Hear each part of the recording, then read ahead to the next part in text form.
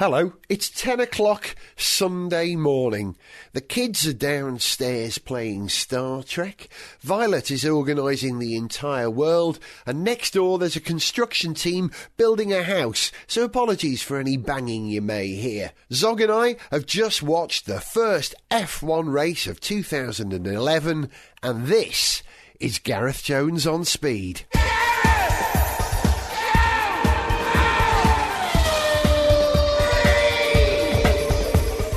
Hello, welcome to Gareth Jones On Speed. He's Zog. Hello. I'm Gareth, and we're very happy to have F1 back. We're happy to have F1 back. It kept us waiting a little bit longer than it was supposed to, but yeah, great to have the season start. That was extra painful as a committed, in fact, admitted F1 addict.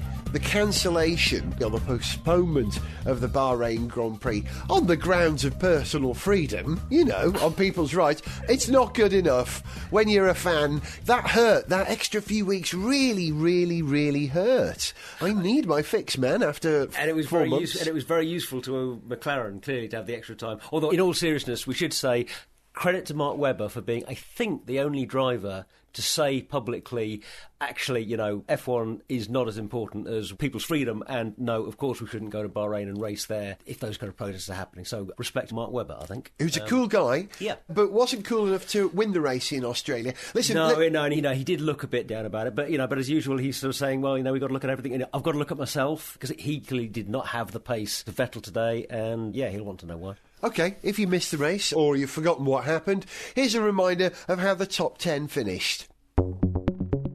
10th, Sebastian Buemi for Toro Rosso. 9th, a disappointing result for Felipe Massa in the Ferrari. 8th, Kobayashi, Sauber. 7th, Sergio Perez on his debut in the Sauber. 6th, Button in the McLaren. 5th, a disappointed Mark Webber in the Red Bull Renault. 4th, Alonso for Ferrari. 3rd, a surprise result for Vitaly Petrov in the Renault. 2nd, Hamilton, McLaren, a good result. And the winner, as I'm sure you're aware, Sebastian Vettel in the Red Bull.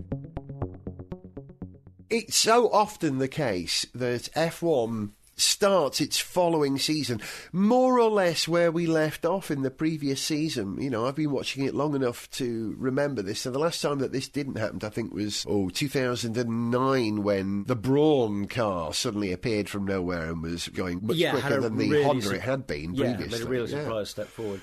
But this is business as usual. You know, Red Bull have got the March. They've got the quickest car. Yep. McLaren aren't far away. Neither are Ferrari in the grand scheme of things. The biggest change is that Renault. Or is it a Lotus? It's not a Lotus, is it? No, it's a Renault. It's got a Lotus badge in it, but it's a Renault.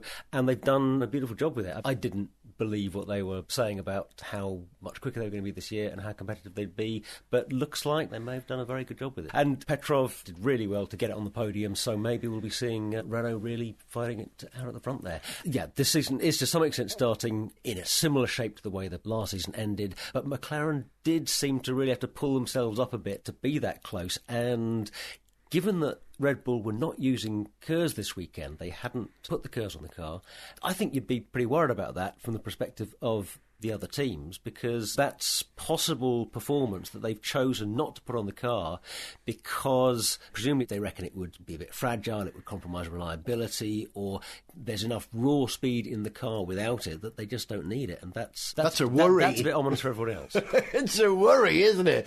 What we don't want is for Red Bull to run away with the championship and have it all wrapped up. Oh, hang on, we've got 19 races this year. A season-long scrap. Yeah. But there's every prospect of that, because, people keep saying we've got 5 world champions out there on track and they're all in competitive cars. Red Bull and McLaren look close enough. Ferrari, well, Massa was maybe a bit disappointing at times this weekend, but Alonso's going to be fighting out at the front. And Perez and Di Resta are not going to be fighting out at the front, but it was great to see them making really strong debuts. This is great that Sauber, very strong results, 7th and 8th. Yeah. How on earth have they achieved that? Last year, they had no sponsorship apart from the word Burger King, which appeared on their car, I think, for 2 or 3 races. How on earth can you develop a car for the following season with no throughput of cash like that? And you have to have a good car. I believe in Kobayashi as a racer. Yep. I think he's a great overtaker. Yep. It might not be the quickest guy out there. He can overtake whether his car is quick or not, but Yep. the overall pace of the car this year seems to be much better for Sauber than it had been previously, proved by Perez, who's right up there as well. Extraordinary. Well, I can't help thinking there may be something in there, perhaps, that they've just been able to make a bit more of the Ferrari package on this car, maybe. Ferrari haven't. well, to a point. If you would, given the resources of the teams and given that, Ferrari, if they're going to favour anyone, they're going to favour themselves. But if you've got the Ferrari engine and gearbox package relative to how well you might expect them to do, yeah, you'd say that Sauber have kind of done better than Ferrari. But listen, you mentioned Kobayashi and overtaking. He's a driver who seems to be able to overtake, find a spot to do it where other drivers maybe can't or aren't quite brave enough to. I thought it was notable that there wasn't quite as much overtaking in this race as one might have been led to believe by all of the changes that have come in this year.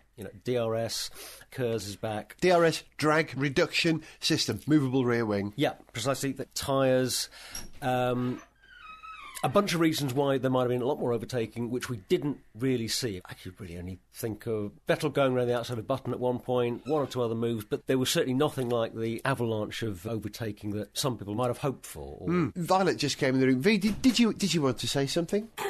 Well, now that you're in the room, you're going to have to. I'm looking for a tricorder. Right. There is a Federation tricorder somewhere. If we had a tricorder, we could scan for it. Hey, it was Leonard Nimoy's birthday yesterday, did you know that? It was, yes, he was 80, yes. Yeah. And it was William Shatner's a couple of days before that. Crikey, it's a Hey, Star Trek birthday fest. I see the you found the tricorder. Yeah. It's next to the phaser. Yeah, Violet's not joking. She truly has got a tricorder and a phaser. How are the Federation doing downstairs? All working out. Okay. Ta-ra. Really? Where were we? Right. I want to talk about some of the detail of the cars in the race, but we'll save that for the second half of the show.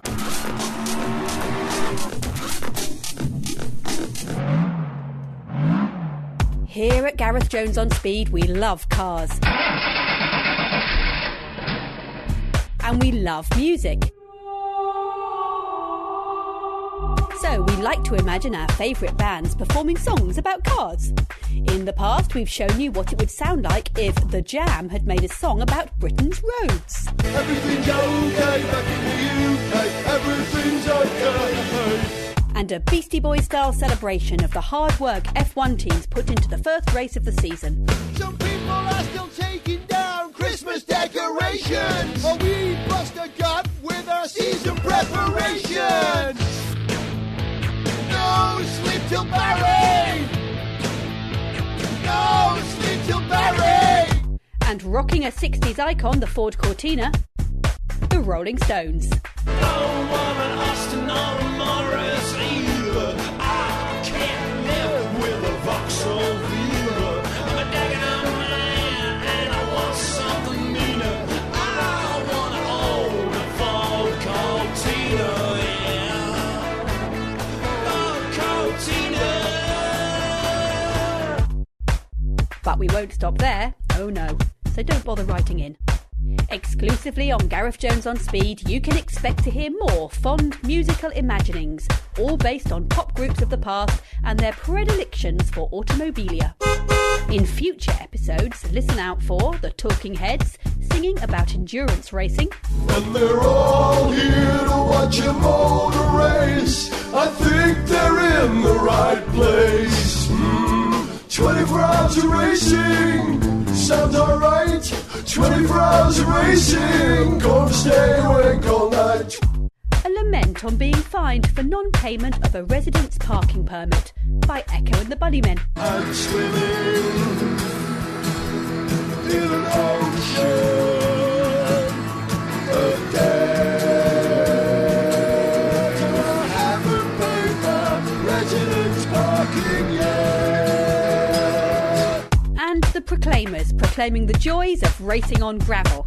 we want a rally back. I already own the bobble hat. We want a rally back. We do, we do, we do. We want a rally back. I already own the bobble hat. We want a rally back. We do, we do, we do, we do. Gareth Jones on Speed, putting the BHP into BPM. Gareth Jones on Speed! I was very pleased when I spotted via the gift of Twitter that my good mate Zog here was up for qualifying yesterday morning, our time. Well done. You don't usually get up early in the morning. There's only... No, I don't like to be up there in the morning unless I can kind of sneak up on it from the other side. Oh, that's the thing. I was about to say, the things that usually get me up in the morning is, the kids, Formula One or holiday travel, or being up for a big one on a Friday night, So, yeah, it's a race or maybe something like, if I'm off on holiday doing something fun, bit of skiing or scuba diving, I can get up early for that. But yeah. Otherwise, nothing beats a good line. So it proves to me that this passion for Formula One, that you've got it as bad as I have. For you to get up early to watch quali is something, yeah. I found myself getting up to watch first practice. I stayed awake till 1:30 in the morning to watch first practice on the Friday night, Saturday morning. Fell asleep and then woke up about 3 hours later to watch second practice, simply to get a look at the cars. Now, I've seen lots of stills of the cars, but to see them on the track in television HD colour for the first time, thank you BBC, I'm not sure I detected a quantum change in the quality, but I think my TV upscales nicely from SD. But to see it in HD was very good. But you get to notice more stuff about the cars when you see them in motion, when you see them compared to each other, sharing a bit of track together. And so getting up at practice allows you that sort of sneak preview. And the thing that I noticed most of all was the rear of the McLaren. Now, McLaren have gone backwards to go forwards. They started off with what they call the octopus exhaust design for their car, where they had the 8 exhausts fed into 2, and it came forward to the front of the under tray of the car and vented out sideways. They couldn't make that work. They had overheating problems. I reckon they probably had aerodynamic imbalance problems as well. So they took it off the car, and it made it a second quicker.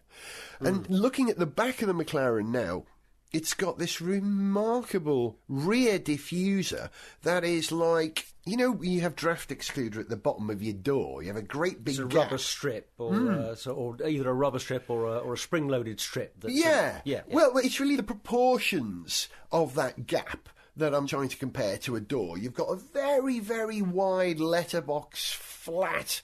Yep. Aeroblade. That's the word I was looking for.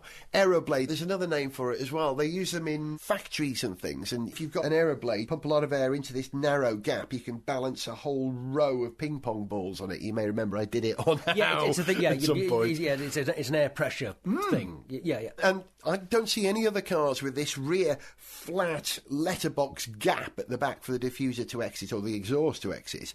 You look at some of the other very quick cars, the Toro Rosso, to a lesser degree the Ferrari, but certainly the Red Bull. They've got a ruddy great anus at the back, a huge sphincter, a circular opening at the back of the sort of engine cover, where it's all sort of sucked down, and then you get almost like a rocket-like sort of exhaust. Exactly. Yeah. Now, calculus would say that is the perfect shape to have if you're going to manage an airflow, a circular shape. Depends what you like want that. to achieve. Okay. In terms of efficiency, calculus says that you're going to argue maths with me. This is a mistake. Well, no. I'm not going to argue any maths. My first thought is simply, because what you're saying is that given that the area of those openings is equal, is the narrow letterbox a more efficient opening to let the gas, the air flow out than a circular opening?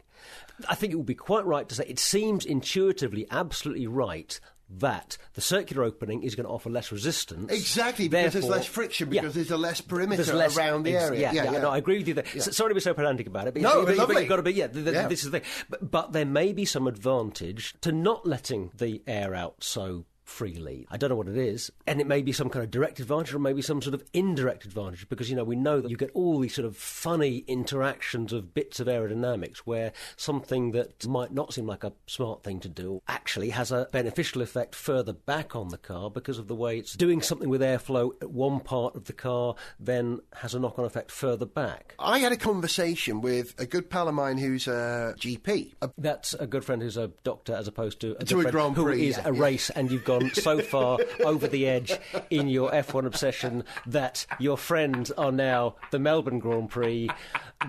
There we go.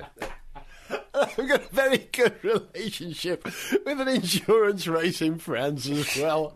We're going to be married next year. So my friend, who is a general practitioner, was describing how we breathe, and he talks about positive pressure. I was coming at it from the point of view of aerodynamics and mechanics, and he was coming at it from the point of view of biology. And he talks about positive pressure in breathing. What you've got is two fairly large nostrils, and then they narrow to where your septum is, so you a much smaller area. So you've got a Venturi effect. It's the same thing that cars with carburetors have, where you scoop in a huge amount of air and then accelerate that volume of air. Because the gap is narrower, it travels at a higher speed. You know, that's how Venturis work. That's why when you stand between tall buildings, the air seems to be whistling through an incredible rate. Yeah. Chicago, the Windy City. Chicago, the city with tall buildings, is really what they should call it for that reason. To bring that back to the McLaren, perhaps this is what's going on here, that they are controlling the release of the airflow, perhaps with that extra length of edge that's causing the air to slow down at the top, and therefore curl the air upwards on the exit of the car, giving some controlled release to that air at the back, which acts perhaps a bit like a cam back on a car. You know, the cam back, K-A-M-M, as a Porsche fan, you know about this, where it prevents a build-up of an area of low pressure immediately behind the car, sucking it back. Which I think it does essentially by creating turbulence. I believe that's how it works. And, you know, you would think, oh, creating turbulence, that sounds bad. But no, but actually sometimes turbulence is good because it prevents that low pressure area. I'm guessing my knowledge of the aerodynamics at this level are nowhere near as good as, well, even the worst engineer in the Formula One grid at the moment, but I'm guessing that could be what's going on. We've talked about the stars of the show. Let's just look at the disappointments of the show briefly before we bring the show to a head. Well, HRT obviously didn't even start the race because of the 107% rule, which you should, you know, in case anyone isn't familiar, you have to qualify within 107% of the time of the pole sitter. It's shocking that in the world's greatest motorsport, one of the teams can barely make it there. Either you're in or you're not. Should there be some pre-qualifying? Well, you can't, on the one hand, try and expand the sport and bring more teams in, and then on the other, get too fussy, too worked up about the fact that not everybody comes up to the very high standard that we're used to. You just can't have those two things together. You know, you bring a bunch of new teams in, some of them are going to fail from time to time. They're going to have difficulties until they've really gone underway, and, you know, HRT are still having that trouble. HRT are the new Minardi. They are the new Arrows, aren't they? This is the sadness of it. In the meantime, what was Minardi is now a Toro Rosso, comparable to being a very good Red Bull B team. They're solidly midfield now, you know. Which must really annoy Williams and Sauber, who have always been the most solid midfield team performers of the recent years. So well done to Toro Rosso. Yeah, we should say we didn't see this weekend from Williams, I think, the performance that we might have liked to have seen. And that all started to go wrong when Barrichello spun in qualifying, which was uncharacteristic. Yeah. Very uncharacteristic. But it's nice to see the Williams looking like the old Rothmans Williams of the Damon Hill, Jacques Villeneuve, David Coulthard period. You know, that pattern that they've got at the back just mimics it. And I like that. But I do fancy a Rothmans fag every time I see it. And every time I see the Sauber... Who says here at advertising product placement that doesn't work? Should there be a product placement sign there? It should be, shouldn't there? On the ITV are having it. Maybe the BBC should. And every time I see the Sauber, I think, claro que sí. Everything is Claro. 'Cause it has Claro advertising on the side, so maybe Are yellow. you thinking of the old yellow song? Yeah, Yes, you are. Well absolutely. done, Yeah. actually. Yes. From a second album, wasn't it? Oh, very Was it? Yeah. What was it called? Not that it's important. You got to say yes to another excess. Oh, well done. See, you don't have to tweet us or email us with the answer to that now. Well done, Z. Right, what else we got going on? Carthagena and Liuzzi. What the heck is Liuzzi doing in a HRT? He's not the greatest driver in the world, but he's better than an HRT. Yeah, I agree. Carthagena's there because we're going to India this year. He's a handy racer. He was very good in A1GP, and he was good in the Jordan, but I think he's past his prime. You say we're going to India this year. Remind me when we're going to India. Quite late on in the season. Right. They've How still- long are HRT going to Aha! be? Yeah. Surely there is a bit of a question mark as to whether they'll make it there. that far. Which is probably why Karen Shanduk has been chosen as the Lotus test driver. Because when it gets to that race, Trulli's got a cold, and they could put Karen in. But to be fair, I hope he does better than his embarrassing debut after 3 corners in practice, where Karen spun off and hit the wall, taking Trulli's Lotus out of the session completely and putting them on a back foot. Poor, really, very poor. Nice guy, Karen. Lovely guy. But slightly scrappy start this weekend. Heartbreaking. Speaking of looks of the cars, the thing that struck me about the Virgin car was how much the nose looks like a sturgeon. It's the most fish-like front of any of the cars. Whether this has anything to do with the Nick Worth computer-based modelling approach, who knows? But strikingly sturgeon. A sturgeon fast fish. Barracuda are fast, aren't they? Yep. Shark are fast. Yep. A Tuna sturgeon? are very fast. Tuna are fast. Yeah. A sturgeon fast. I don't think so. I think they kind of meander around the Black Sea and just produce caviar. That's So they're very old fish. They're very primitive. They're they quite, are, aren't they? yeah. That's true. Yeah. I wonder if that sturgeon-shaped car, the marbles that come off the Pirelli tyres. If they taste like caviar. Yeah, I wonder. Ooh. That particular car. Probably not, but worth It's a a nice thought. thought. Who are the other teams? Lotus, Renault. Hang on, which one do we mean? Yeah, Team we mean Lotus. Team or Lotus. Green Okay, Lotus. Green Lotus. Team Lotus. Yeah. What happened to those in the race? Did they finish even? Kovalainen spun off, didn't he? He did. He pulled off. What happened to... Trulli made it to 15, is what happened, down 2 laps on Heidfeld, who was in front of him. Poor old Heidfeld disappointed. But I think Heidfeld's problem was, again, from qualifying, where he was not balked, but his timing in qualifying meant that he was on the back foot and qualified badly, so he was never going to finish well. But huge difference to Petrov is incredible. Yeah, and I'm sure he'll inevitably be rather disappointed by that. As the older, more experienced guy, of course, he wants to show the young teammate how it's done. But Petrov is showing he's got some real speed there. So maybe this is going to be a Rosberg-Schumacher situation this year at Lotus Renault, and we're going to see Petrov consistently being quicker than his more experienced teammate. And talking about Nico and Michael in the Mercedes team, which had a terrible race, I think we both agree Nico's got the legs of Michael. Yeah, again I think he's already. going to have him again this year. Yeah. I think I'm really happy to see Michael as cheerful as he is about how things are going and the positive approach that he seems to have right now, but not really doing him much good. Schumacher, he's just not quick enough anymore, is he? I tweeted during the race that Schumacher had retired about 18 races too late, when he retired from this race, really. Ironic, but I think Something perhaps in that, true. yeah. He may be useful for developing the team, but as a racer, I think he's past his prime. I really do. Unfortunately, yeah. One last thing about Petrov as well before we wrap this up. I think he's been handed a slight advantage by KERS this year. Not the KERS system. Not the KERS system, as somebody pointed out, yes, and not the DRS system. No, DRS. That's what the S and the S stands for in DRS. Do you remember and what your PIN KERS. number is? Do you get it up on an LCD display? Yeah. Very good. Petrov has been handed an advantage by KERS because of the advent of, or the return of KERS to the cars. They upped the base weight of the car, which meant that weight of drivers is now less critical than it was, and Petrov is, I He's believe... a big lad, isn't he? He's Yeah, over relatively. 53 feet tall, I think. He's enormous, and consequently heavier than a lighter driver. Little Lewis and Vettel sort of average height, I suppose. So maybe that's why he's doing so well. Maybe big drivers can make a comeback. Maybe contributing, but I think you can't attribute that podium just to the fact that it's a bit easier for the heavier drivers to be doing well this year. At this stage, that's a really good performance. I'll attribute anything to anything.